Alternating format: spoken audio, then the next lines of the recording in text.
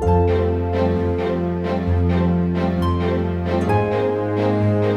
my dears, and welcome back to my corner of the internet. I'm Shannon, and today we're going to be reading some more Pride and Prejudice. One of my 2022 goals for this channel is to get through this story. We've been reading this for close to a year now, and we need to finish it up. Emily and New Moon, when we read that, went so much quicker. This needs to finish up, and then we'll see what we want to read next. But for now, we are on chapter 52, so let's get on into it. Elizabeth had the satisfaction of receiving an answer to her letter as soon as she possibly could. She was no sooner in possession of it than hurrying into the little copse where she was least likely to be interrupted. She sat down on one of the benches and prepared to be happy, for the length of the letter convinced her that it did not contain a denial. September 6th.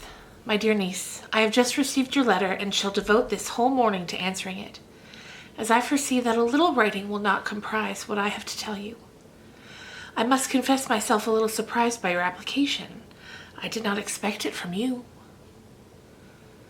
Don't think me angry, however, for I only mean to let you know that I had not imagined such inquiries to be necessary on your side. If you do not choose to understand me, forgive my impertinence. Your uncle is as much surprised as I am, and nothing but the belief of your being a party concerned would have allowed him to act as he has done. But if you're really innocent and ignorant, I must be more explicit. On the very day of my coming home from Longbourn, your uncle had a most unexpected visitor. Mr. Darcy called, and was shut up with him for several hours. It was all over before I arrived, so my curiosity was not so dreadfully racked as yours seems to have been. He came to tell Mr. Garnier that he had found out where your sister and Mr. Wickham were, and that he had seen and talked with them both, Wickham repeatedly. Lydia once. From what I can tell, he left Derbyshire only one day after ourselves, and came to town with the resolution of hunting for them. The motive professed was his conviction of it being owning to himself that Wickham's worthlessness had not been so well known as to make it impossible for any young woman of character to love or confide in him. He generously imputed the whole to his mistaken pride, and confessed that he had before thought it beneath him to lay his private actions open to the world. His character was to speak for itself. He called it, therefore, his duty to step forward and endeavor to remedy an evil which had been brought on by himself. If he had another motive, I'm sure it would never disgrace him. He had been some days in town before he was able to discover them, but he had something to direct his search which was more than we had, and the consciousness of this was another reason for his resolving to follow us. There is a lady, it seems, a Mrs. Young, who was some time ago a governess to Miss Darcy, and was dismissed from her charge on some cause of disprobation, though he didn't say what, and she then took a large house in Edward Street, and has since maintained herself by letting lodgings. This Mrs. Young was, he knew, intimately acquainted with Wickham, and he went to her for intelligence of him as soon as he got to town. But it was 2 or 3 days before he could get from her what he wanted. She would not betray her trust, I suppose, without bribery and corruption, for she really did know where her friend was to be found. Wickham indeed had gone to her on their first arrival in London, and had she been able to receive them into her house, they would have taken up their abode with her. At length, however, our kind friend procured the wished-for direction. They were in Edward Street. He saw Wickham, and afterwards insisted on seeing Lydia. His first object with her, he acknowledged, had been to persuade her to quit her present disgraceful situation, and return to her friends as soon as they could be prevailed on to receive her, offering his assistance as far as it would go. But he found Lydia absolutely resolved on remaining where she was. She cared for none of her friends. She wanted no help of his. She would not hear of leaving Wickham. She was sure they should be married in some time or other, and it did not much signify when. Since such were her feelings, it only remained, he thought, to secure and expedite a marriage, which in his very first conversation with Wickham he easily learnt that had never been his design. He confessed himself obliged to leave the regiment on account of some debts of honour, which were very pressing, and scrupled not to lay all the ill consequences of Lydia's flight on her own folly alone. He meant to resign his commission immediately, and as to his future situation, he could not conjecture very little about it. He must go somewhere, but he did not know where, and he knew he should have nothing to live on. Mr. Darcy asked him why he had not married your sister at once. Though Mr. Bennet was not imagined to be very rich, he would have been able to do something for him, and in his situation must have been benefited by marriage. But he found in reply to this question that Wickham still cherished the hope of a more effectually making his fortune by marriage in some other country. Under such circumstances, however, he was not likely to be proof against the temptation of immediate relief. They met several times, for there was much to be discussed. Wickham, of course, wanted more than he could get, but at length was reduced to be reasonable. Everything being settled between them, Mr. Darcy's next step was to make your uncle acquainted with it, and he first called in Gracechurch Street the evening before I came home. But Mr. Gardiner could not be seen, and Mr. Darcy found, on further inquiry, that your father was still with him, but would quit town the next morning. He did not judge your father to be a person whom he could so properly consult as your uncle, and therefore readily postponed seeing him till after the departure of the former. He did not leave his name, and till the next day it was only known that a gentleman had called on business. On Saturday he came again. Your father was gone, your uncle at home, and, as I said before, they had a great deal of talk together. They met again on Sunday, and then I saw him too. It was not all settled before Monday. As soon as it was, the express was sent off to Longbourn. But our visitor was very obstinate. I fancy, Lizzie, that obstinacy is the real defect of his character after all. He has been accused of many faults at different times, but this is the true one. Nothing was to be done that he did not do to himself, though I am sure, and I do not speak it to be thanked, therefore say nothing about it. Your uncle would most readily have settled the whole. They battled it together for a long time, which was more than either the gentleman or lady concerned in it deserved, but at last your uncle was forced to yield, and instead of being allowed to be of use to his niece, was forced to put up with only having the probable credit of it, which went sorely against the grain, and I really believe your letter this morning gave him great pleasure, because it required an explanation that would rob him of his borrowed feathers, and give him the praise where it was due. But, Lizzie, this must go no farther than yourself or Jane at most.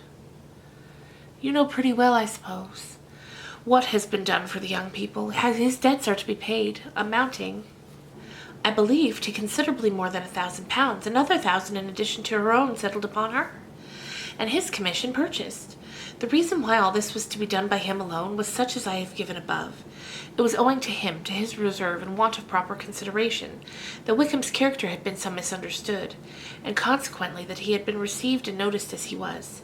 Perhaps there was some truth in this, though I doubt whether his reserve, or anybody's reserve, can be answerable for the event. But in spite of all this fine talking, my dear Lizzie, you may rest perfectly assured that your uncle would never have yielded if we had not given him credit for another interest in the affair. When all this was resolved on, he returned again to his friends, who were still staying in Pemberley, but it was agreed that he should be in London once more when the wedding took place, and all money matters were then to receive the last finish. I believe I have now told you everything. Its a relation which you tell me is to give you great surprise.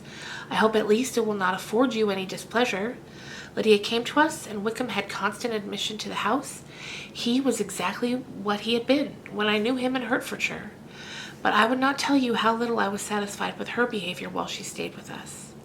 If I had not perceived by Jane's letter last Wednesday that her conduct on coming home was exactly of a piece of with it, and therefore what I now tell you can give you no fresh pain. I talked to her repeatedly, in the most serious manner, representing to her all the wickedness of what she had done, all the unhappiness she had brought on her family. If she heard me, it was by good luck, for I am sure she did not listen. It was sometimes quite provoked, but then I recollected my dear Elizabeth and Jane, for their sakes, in patience with her. Mr. Darcy was punctual in his return, and as Lydia informed you, attended the wedding. He dined with us the next day, and was to leave town again on Wednesday or Thursday. Will you be very angry with me, my dear Lizzie, if I take this opportunity of saying, what I was never bold enough to say before, how much I like him? His behaviour to us has, in every respect, been as pleasing as when we were in Derbyshire. His understanding and opinions all please me. He wants nothing but a little more liveliness, and that, if he marry prudently, his wife may teach him. I thought him very sly. He hardly ever mentioned your name. but slyness seems the fashion. Pray forgive me if I have been very presuming, or at least do not punish me so far as to exclude me from all. I shall never be quite happy till I have been all around the park. But I must write no more. The children have been wanting me this half hour. Yours very sincerely, Mr. Gardiner. The contents of this letter threw Elizabeth into a flutter of spirits in which it was difficult to determine whether pleasure or pain bore the greatest share. The vague and unsettled suspicions which uncertainty had produced of what Mr. Darcy might have been doing to forward her sister's match, when she had feared to encourage as an exertion of goodness too great to be probable, and at the same time dreaded to be just from the pain of obligation, were proved beyond their greatest extent to be true.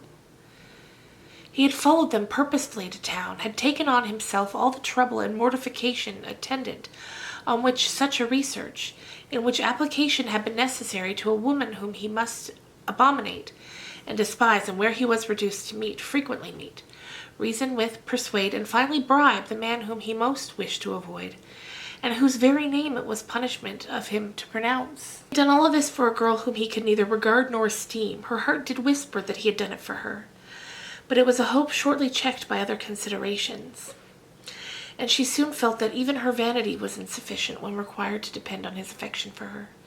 For a woman who had already refused him is able to overcome a sentiment so natural as abhorrence against relationship with Wickham. Brother-in-law of Wickham, every kind of pride must revolt from the connection. He had, to be sure, done much. She was ashamed to think how much. But he had given a reason for his interference, which asked no extraordinary stretch of belief. It was reasonable that he should feel he had been wrong. He had liberality, and he had means of exercising it, and though she would not place herself as his principal inducement, she could, perhaps, believe that remaining partiality for her might assist his endeavors in a cause where her peace of mind must be materially considered. It was exceedingly painful, to know that they were under obligations to a person who could never receive a return. They owed the restoration of Lydia, her character, everything to him. Oh, how heartily did she grieve over every ungracious sensation she had ever encouraged, every saucy speech she had ever directed towards him. For herself she was humbled, but she was proud of him, proud that, in a cause of compassion and honor, he had been able to get the better of himself. She read over her aunt's commendation of him again and again. It was hardly enough, but it pleased her. She was even sensible of some pleasure, though mixed with regret, on finding how steadfastly both she and her uncle had been persuaded that affection and confidence subsisted between Mr. Darcy and herself. She was roused from her seat and her reflections by someone's approach, and before she could strike into another path, she was overtaken by Wickham. "I'm afraid I interrupt your solitary ramble, my dear sister," said he as he joined her. "You certainly do," she replied with a smile, "but it does not follow that the interruption must be unwelcome. I should be very sorry indeed if it were. We were always good friends, and now we're better." "True. Are the others coming out?" "I don't know. Mrs. Bennet and Lydia are going in the carriage to Meryton. So, my dear sister, I find from our uncle and aunt that you have actually seen Pemberley." She replied in the affirmative. "I almost envy you the pleasure, and yet I believe it would be too much for me, or else I could take it in my way to Newcastle. And you saw the old housekeeper, I suppose. Poor Reynolds, she was always very fond of me, but of course she did not mention my name to you." "Yes, she did." "And what did she say?" "That you were gone into the army, and she was afraid had not turned out well. At such a distance as that, you know things are strangely misrepresented." "Certainly," he replied, biting his lips. Elizabeth hoped she had silenced him, but soon afterwards he said, "I was surprised to see Darcy in town last month." "We passed each other several times. I wonder what he can be doing there." Perhaps preparing for his marriage with Miss de Bow," said Elizabeth. "It must be something particular to take him there at this time of year." "Undoubtedly. Did you see him while you were at Lambton? I thought I understood from the Gurney's that you had." "Yes, he introduced us to his sister." "And do you like her?" "Very much." "I have heard indeed that she has uncommonly improved within this year or two. When I last saw her she was not very promising. I'm very glad you like her. I hope she will turn out well." "I dare say she will. She has got over the most trying age." "Did you go by the village of Compton?" "I do not recollect that we did." "I mention it because it's the living which I ought to have had, a most delightful place. Excellent parsonage house. It would have suited me very respect. How should you have liked making sermons? Exceedingly well. I should have considered it as part of my duty, and the exertion would soon have been nothing. One ought to not repine, but to be sure, it would have been such a thing for me. The quiet, the retirement of such a life would have answered all my ideas of happiness, but it was not to be. Did you ever hear Darcy mention the circumstance when you were in Kent? I have heard from authority, which I thought of as good, that it was left you conditionally only, and at the will of the present patron. You have. Yes, there was something in that. I told you so from the first, you may remember. I did hear, too, that there was a time when sermon-making was not so palatable to you as it seemed to be at present, that you actually declared your resolution of never taking orders, and that the business had been compromised accordingly. You did, and it was not wholly without foundation. You may remember what I told you on that point when first we talked of it. They were now almost at the door of the home, for she had walked fast to get rid of him, and unwillingly for her sister's sake to provoke him. She only said in reply with a good-humored smile, "Come, Mr. Wickham, we are brother and sister, you know. Do not let us quarrel about the past. In future I hope we shall always be of one mind." She held out her hand, and he kissed it with affectionate gallantry, though he hardly knew how to look, and they entered the house. And that is the end of chapter 52. Let's see what percentage we're at here for of the story. Okay, we're at 83%. That's pretty good. I feel like we're making good progress. I'm going to end that there today. But like I said at the beginning there, we're going to really start powering through. I'm going to try to do 1 or 2 chapters every week. And then I'd say, well, we should hopefully be done, because I think there's only like 60 chapters. We should hopefully be done by the end of the month, and if not, early in the next month. Anyway, thank you guys so much for watching. I hope you're having a great day, and I'll see you again real soon. Bye.